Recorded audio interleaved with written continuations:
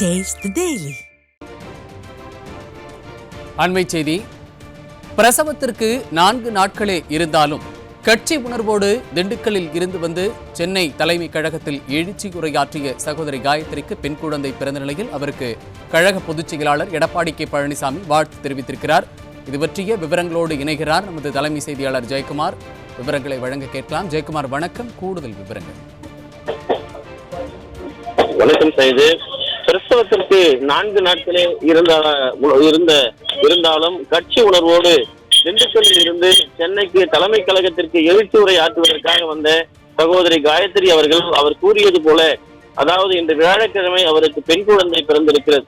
அனைத்து இந்திய அண்ணா திராவிட முன்னேற்ற கழகத்துடைய பொதுச் செயலாளரும் சட்டமன்ற எதிர்க்கட்சி தலைவரும் முன்னாள் முதலமைச்சருமான புரட்சி தமிழர் எடப்பாடி கே பழனிசாமி அவர்கள் இன்றைக்கு எழுச்சி பயணத்திலே தொடர்ந்து எழுச்சி உரை ஆற்றி வருகிற அந்த வேலைகளுக்கு இடையிலே நேரத்தை ஒதுக்கி கட்சிக்காக இளம் பேச்சாளர் பயிற்சி முகாமிலே பங்கேற்று தனது பிரசவ காலத்திற்கு 5 நாள் இருக்கிற நிலையில் கடந்த 30ஆம் தேதி சனிக்கிழமை என்று அனைத்து இந்திய அண்ணா திராவிட முன்னேற்ற கழகத்துடைய தலைமை கழகமான புரட்சித் தலைவர் எம்ஜிஆர் மாளிகையில் ராயப்பேட்டைக்கு வந்து அதிமுக பொதுச் செயலாளர் முன்னிலையே தனது அந்த கன்னி பேச்சை பேசிய காயத்ரி இன்றைக்கு பிரசவித்திருக்கிறார்.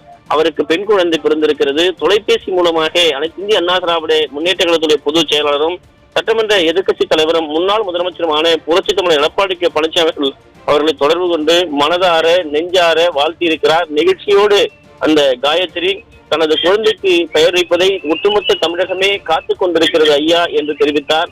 அதோடு நீங்கள் நல்லபடியாக தாயும் செய்யும் வீடு திரும்ப வேண்டும், மகாலட்சுமி உங்களுக்கு பிறந்திருக்கிறது, நீடூடி நீங்கள் வாழ வேண்டும், சேவையாற்ற வேண்டும் என்று தெரிவித்தார். கட்சிக்காக சேவையாற்ற விரைவில் நான் வீடு திரும்ப வேண்டும் என்று அவர் அதிமுக பொதுச் செயலாளரிடம் தெரிவித்துக் கொண்டார்.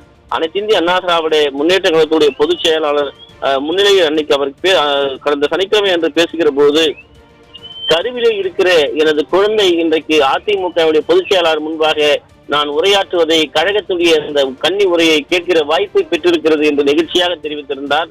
தனது முதல் உரையிலேயே அனைத்து இந்திய அண்ணா திராவிட முன்னேற்ற கழகத்துடைய பொதுச் செயலாளர் அன்றைக்கு வாழ்த்து தெரிவித்திருந்தார். இன்றைய தினம் பிரசவித்திருக்கக்கூடிய காயத்ரியினுடைய அந்த தாய்க்கும் சேய்க்கும் வாழ்த்து தெரிவித்திருக்கக்கூடிய அனைத்து இந்திய அண்ணா திராவிட முன்னேற்ற கழகத்துடைய பொதுச் செயலாளர் புரட்சி தமிழர் எடப்பாடி கே பழனிசாமி அவர்கள் அவருடைய பேசுவதையும் அதே போன்று காயத்ரி அவர்கள் நன்றி தெரிவிப்பதையும் அந்த உரையாடலை தற்போது பார்க்கலாம்.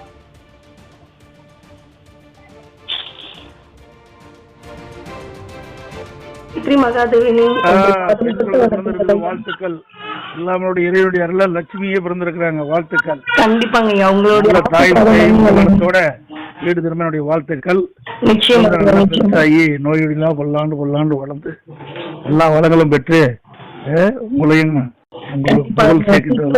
ஆசீர்வாதத்தினால உடல்நலம் சரியாகி நம்மளுடைய கட்சிக்காக உண்மையாக உழைப்பதற்கு காத்துட்டு இருக்கேங்க. ரைட்டுமா, ரைட். நல்லா நாளைக்கு நமதே ஐயா. ரைட்டுமா, ரைட். ஓகே ஐயா, நீங்க வைக்கிற பெயருக்காக தமிழ்நாட்டு மக்கள் அனைவருமே காத்துட்டு இருக்கோம். சரிம்மா, ரைட். வாழ்த்துக்கள். நன்றிங்க. அந்த நாளை எதிர்நோக்கி காத்திருப்பு காயத்ரி. ரைட்டுமா, ரைட். ஐயா, காயத்ரி மகாதேவி வாழ்த்துக்கள். எல்லாருடைய இறைவனுடைய அருள லட்சுமியே பிறந்திருக்கிறாங்க. வாழ்த்துக்கள். கண்டிப்பாங்க. அவங்களுடைய தாயோட வீடு திருமணனுடைய வாழ்த்துக்கள். நோயெல்லாம் பல்லாண்டு வளர்ந்து எல்லா வளங்களும் பெற்று உங்களையும் ஆசீர்வாதத்தினால உடல்நலம் சரியாகி நம்மளுடைய கட்சிக்காக உண்மையாக உழைப்பதற்கு காத்துட்டு இருக்கேங்க. ரைட்டுமா, ரைட். நல்லா நாளைக்கு நமதே ஐயா. ரைட்டுமா, ரைட். ஓகே ஐயா, நீங்க வைக்கிற பெயருக்காக தமிழ்நாட்டு மக்கள் அனைவருமே காத்துட்டு இருக்கோம். சரிம்மா, ரைட். வாழ்த்துக்கள். நன்றிங்க. அந்த நாளை எதிர்நோக்கி காத்திருப்பு காயத்ரி. ரைட்டுமா, ரைட்.